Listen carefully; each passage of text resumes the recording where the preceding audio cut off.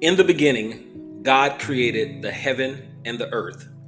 And the earth was without form and void, and darkness was upon the face of the deep. And the Spirit of God moved upon the face of the waters. And God said, "Let there be light." And there was light. A lot of people think that that means that God just created the earth and there was just darkness. But today we're going to go deep into that one because it doesn't mean that. It's an esoteric meaning on our reality. And our reality consists of two things. It consists of the fuel and it consists of the mechanism. The fuel is consciousness. The mechanism is the matrix that we live in. So in those scriptures, the darkness represents infinite possibilities.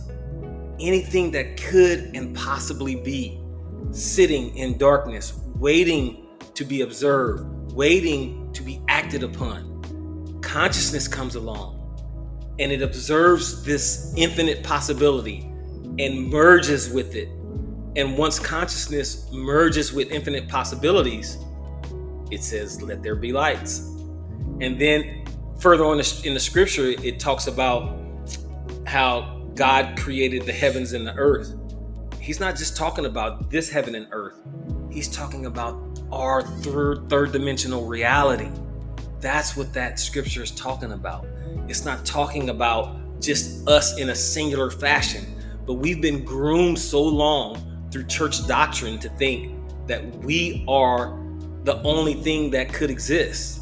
But in this sea of infinite possibilities, nothing could exist without consciousness, and consciousness couldn't observe itself without the darkness, without everything. So if you've ever been curious about the fuel and the mechanism and what makes our reality what it is, stay tuned because we about to roll.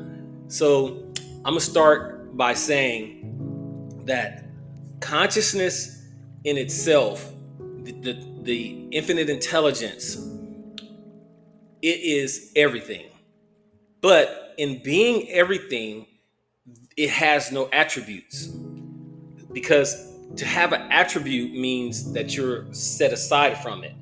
So, Akashic, I'm here, and my brother Reedy is here. So, because in my world we're set aside, then I can observe him, and he can observe me. But in the totality of creation, there is only one thing. But in this duality, there is a function that is happening. And because we are not aware of it, it's happening to us and against us.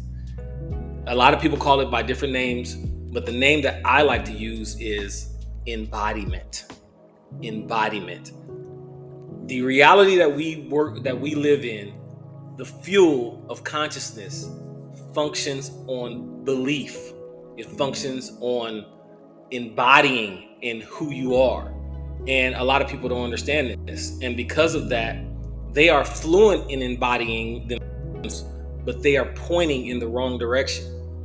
Once you see what's going on in the totality of the fuel and the mechanism and the matrix we live in, then you can control reality. Jay, talk to me. Yeah, I think we kind of touched on this before. Mm-hmm. Yeah, this is definitely getting deeper. I definitely didn't get that from the scripture before today. But yeah, it makes sense that that's what they're talking about. I really enjoy these esoteric meanings of the scripture, especially growing up in church and hearing it another way and believing a certain way my entire life. Yep. And not realizing. But definitely the what you believe to be true, or your inner belief of self, is your reality. You know what I mean? And yeah, we've touched on that definitely before. So yeah, I'm excited for this. I've been excited for this one, just to get deeper into this matrix, or we're gonna go into the matrix. This program that we're stuck in, I guess.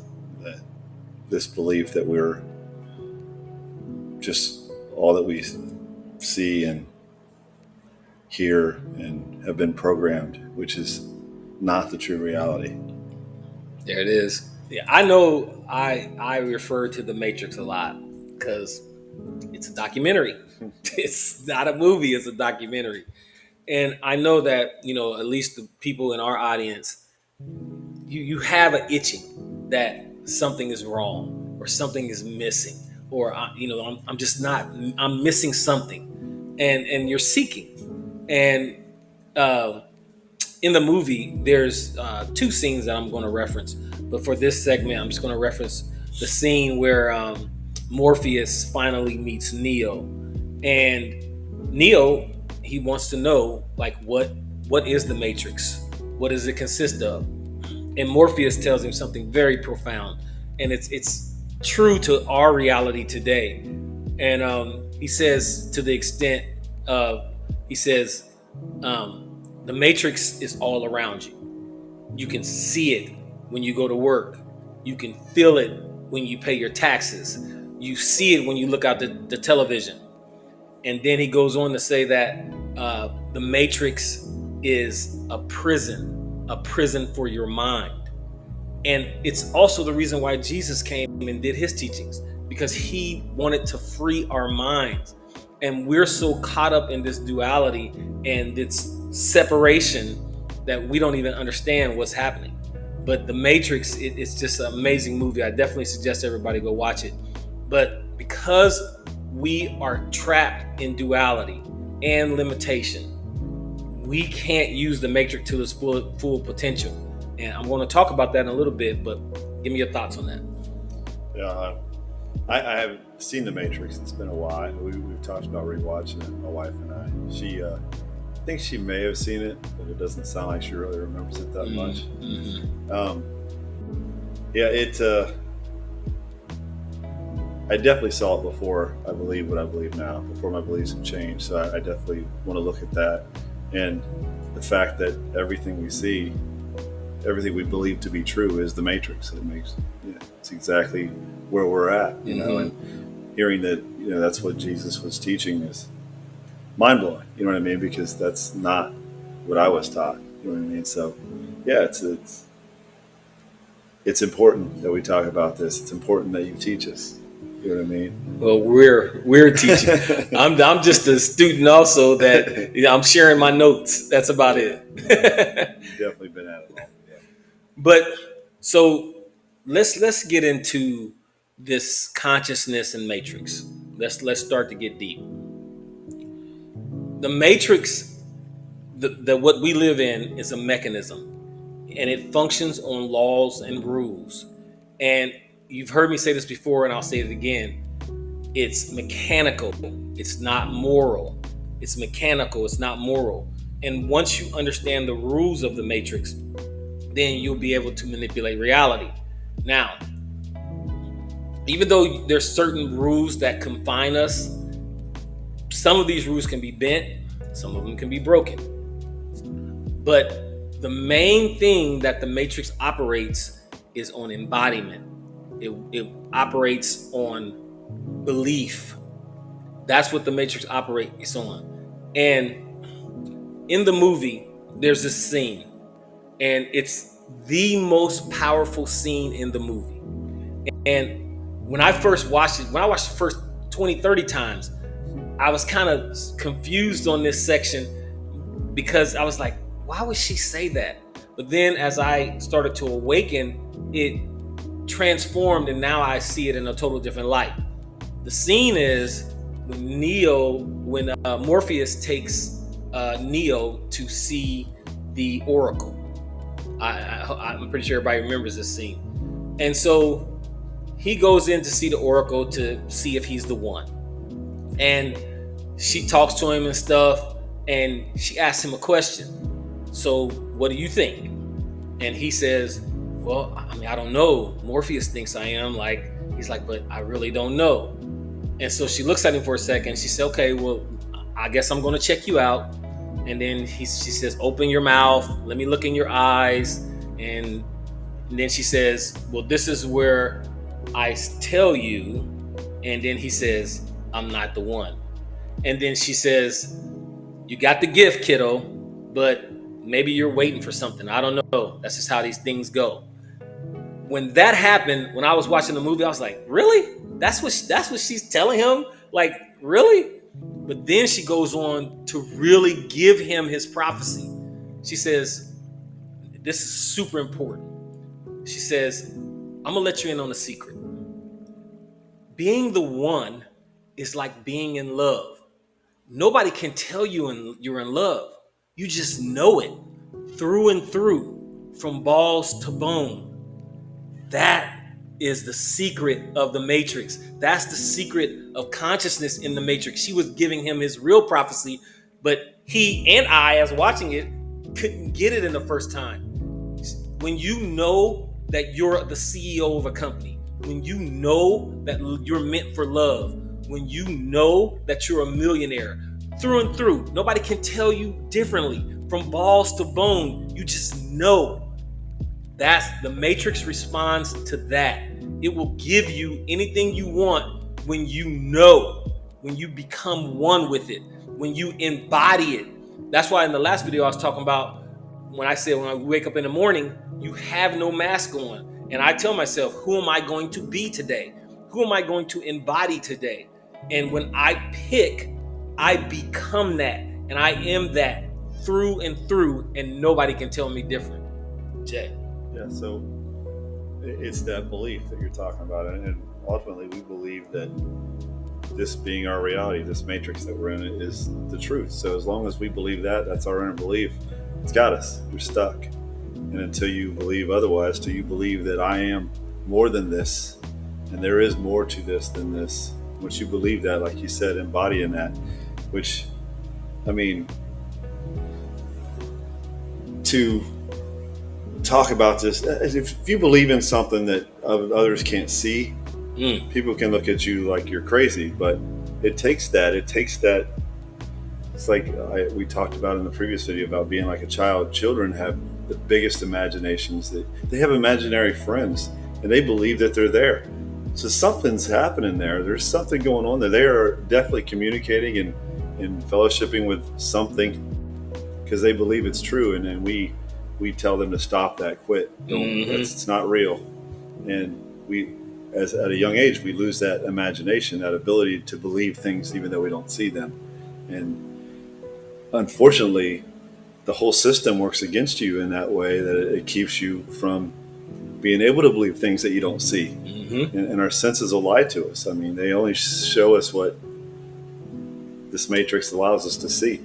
You know what I mean? And like you were saying, it's that you embody it because you believe it. You have no doubt. I don't have to think about it. I'm Reedy. 100%. I have no doubt about that. That's who I am. You know what I mean? But it's not. That's just a name that I got from my parents. You know what I mean? And well, from my dad. It's his last name. It's my last name. It's not who I am. But yeah, it's the matrix, man. We're in it. We're stuck, and we believe it's the true reality. So it is. Absolutely. It absolutely is. And you're stuck in it, and you can't get out of it because you believe it is the only thing that's real. And a really good story about this in the Bible is when Jesus walks on water. The reason Jesus could walk on water is because he knew that he and water there was no difference. The same substance that makes up water in this infinite possibility, in this what consciousness merged in the beginning, is him also. And so when he walks on water and the disciples are in the boat and they're like, is it a ghost? Is it a spirit? What is it? And then he says, it's me. And then Peter was like, Lord, if it's really you, then bid me come out on water with you. He gets out on water. He starts walking on water because he believed. He's essentially focused. Nobody can tell him that he's not walking on water. But guess what?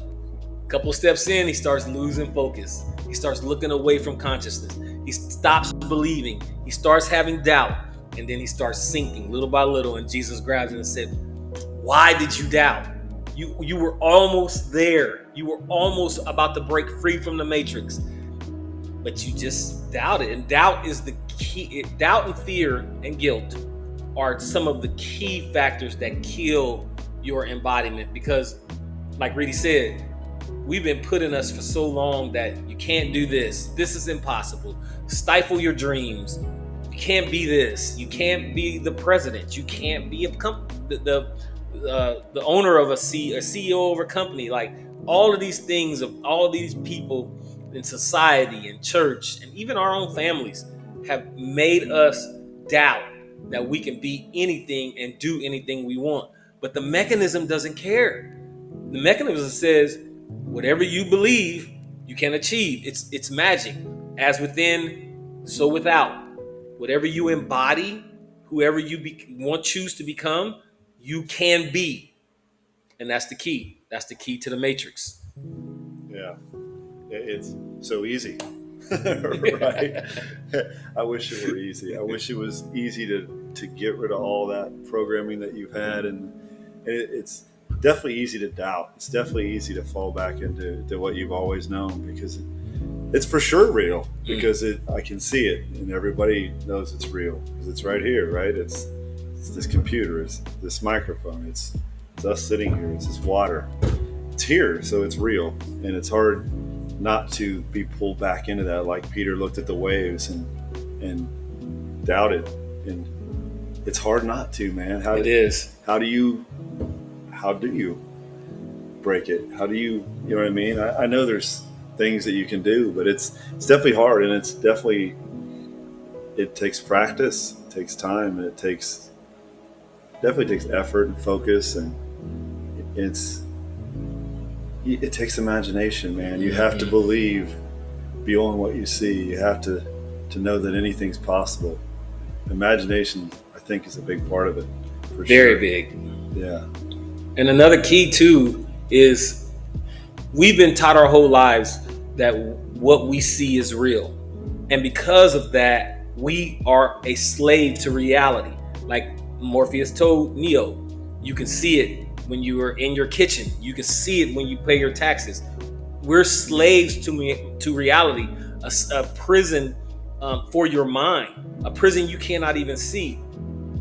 The key to escaping the matrix is to live in the spiritual realm. You can't live in the physical realm and escape the matrix, because if you live in the physical realm, you're always looking for proof to prove you right. And the funny thing about the matrix is that what you are looking for, the proof you're looking for, is what the matrix is needing you to be in order to give you what you want. That's the paradox of it. You want love and you want to see it come. The matrix is saying, I can't give you love until you are love. So the thing that you're waiting to be proved through reality is the thing that the matrix needs from you to manifest. So even when reality says your bank account is $20, if you embody and truly believe that, man, I have more money than I can spend, it may not happen like instantly, but the more you hold that frequency, the more you truly believe that, things will start to align. Things will start to, the matrix will reshape itself, because it has to function through what you believe. So if you truly believe that, you are worthy of love, if you truly believe that you are a millionaire, if you truly believe you own a company, if you truly believe that you traveled the world, and you truly, even though reality says differently, the matrix is waiting for you to be before it does. And that's the key, Jay. Yeah, and to hold on to that, and it's not looking at the waves, it's not checking your bank account every day, every hour. It's not changing. You get that doubt. If you start using your senses, like you said, it's living in the spirit. It's not it's not these five senses. It's what you believe internally to be true in your spirit, in your soul, whatever you want to call it, your consciousness. Believe anything is possible, and it is. It is. You just got to hold on to it and not doubt, and trust that it's coming, and it will unfold. And the thing about it is that when you get to a degree to where you truly have it, then it doesn't matter what reality shows you. That's the hard part for people, is that they need reality to prove it to them. But once you get to a degree to where you embody it so strongly that nothing is like the oracle said. It's like being in love. Nobody can tell you that you're in love. You just know it. When you get to that degree, then it doesn't matter if it shows up or not, because you are it. But the byproduct is that it has to show up. So that's the key. The mechanism is your consciousness. The fuel is your consciousness. The mechanism is the matrix. And when they combine, let there be light. When you embody it, you control the matrix. When you look for reality to prove to you, then you are a slave to the matrix. What the thinker thinks, the prover proves, and you're the thinker and the prover. So we're gonna end it right there, people. Hopefully, it's an enlightening video that you can take and digest and start to implement and start to break free. We all feel it. We all feel that there's something missing. We're all searching, and together we're trying to find our own purpose and break free from the matrix. So we are 1 degree. Our mission is to move the consciousness of mankind 1 degree.